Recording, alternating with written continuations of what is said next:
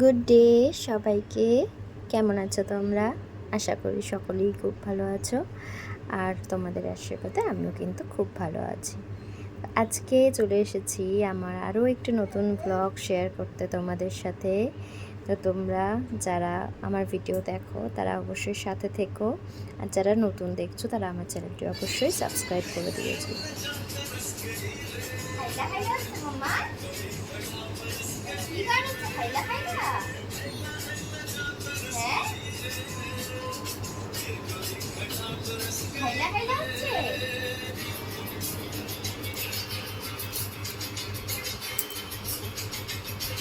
তুমি টিভি দেখছো? তুমি টিভি দেখছো? ইন্নি, তুমি টিভি দেখছো? হ্যাঁ, তুমি টিভি দেখছো? কি গান হচ্ছে? হ্যাঁ, ইন্নি,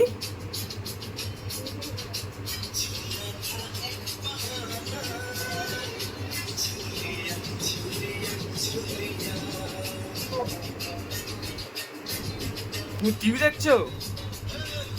ইন্নি, তুমি টিভি দেখছো? তুমি টিভি দেখছো? হ্যাঁ,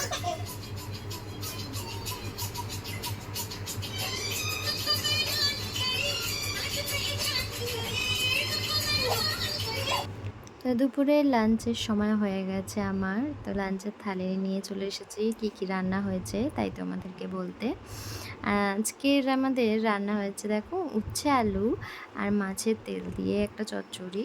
আর এটা যেটা হচ্ছে খোসা বাটা, সবজির খোসা বাটা। তোমরা কখনো খেয়েছো? যারা যারা খেয়েছো তারা কিন্তু আমাকে কমেন্টে অবশ্যই জানিও।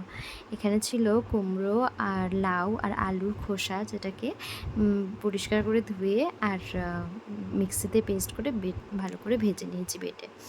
তো আমার তারপরে ছিল ভেন্ডি চিংড়ির তরকারি আর মাছের ঝোল ঝিঙে দিয়ে। তো এই ছিল আজকে আমাদের লাঞ্চের মেনু।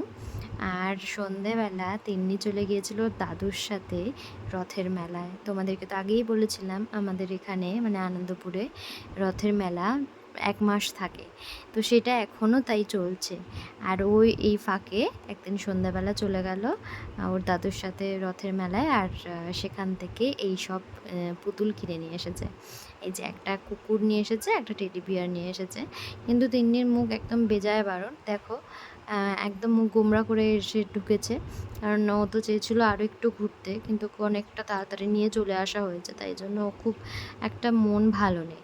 ওই জন্য সে মুখ একেবারে বাংলার 5 করে আছে। তো আজকে আমি রাত্রে বানাচ্ছি রাজমা তড়কা। কেউ খেয়েছো? সবাই তড়কা আলাদা করে খাও, রাজমা আলাদা করে খাও। তো আমি এটা একসাথেই বানাচ্ছি।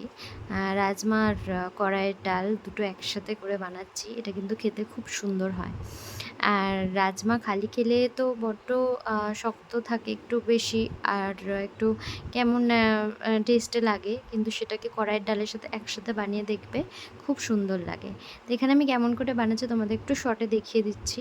এখানে আমি একটা বড় সাইজের পেঁয়াজ একদম কুচি কুচি করে কেটে নিয়েছি, আর একটা বড় সাইজের পেঁয়াজ একটু মোটা মোটা করে কেটেছি, আর এদিকে আদা রসুন কাঁচা লঙ্কা টমেটো নিয়ে নিয়েছি, এগুলো পেস্ট করে নেব।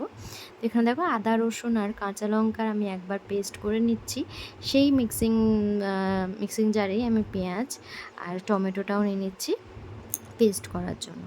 আর আগে আমি ডিমটা ভেজে নিচ্ছি। ডিমটা যদি একটু বাটিতে ফেটিয়ে ভাজা যায় তাহলে কিন্তু অনেকটা বেশি ফোলে।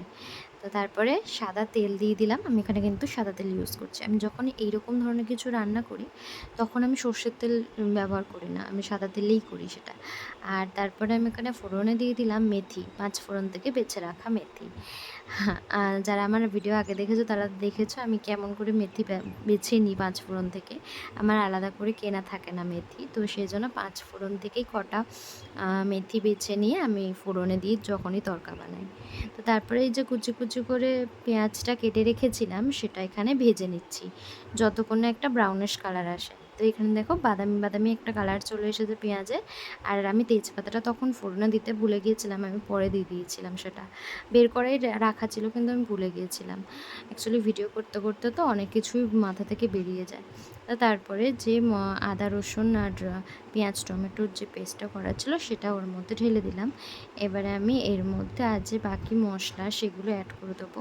একটু স্বাদ মতো লবণ, হলুদ আর লঙ্কা গুঁড়ো ওর মধ্যে অ্যাড করে দেবো।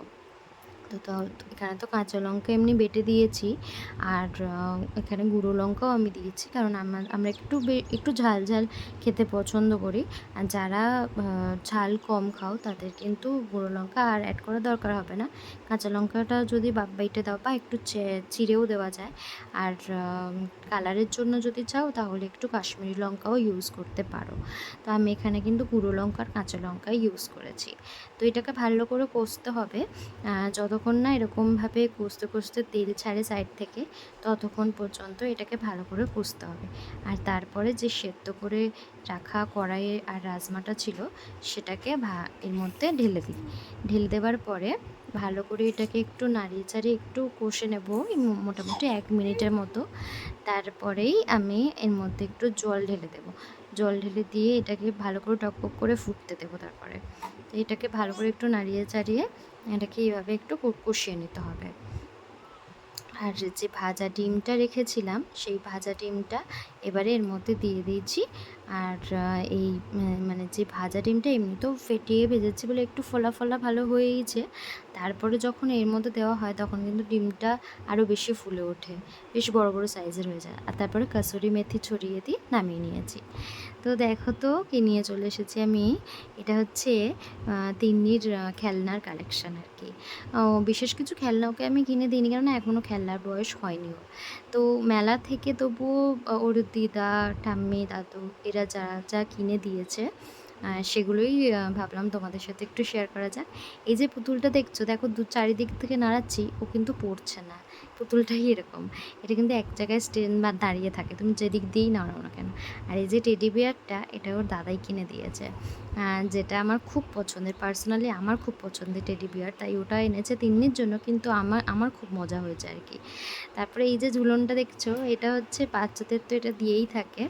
আর কারণ ওরা যখন শুয়ে থাকে, এই যে তিন্নি শুয়ে আছে ওর ঠিক মাথার উপরে এটা লাগানো, যাতে ও মানে দেখতে পায় কালারফুল যে ফুলগুলো রয়েছে, ঝুলছে নড়ছে, এগুলো দেখতে পায়।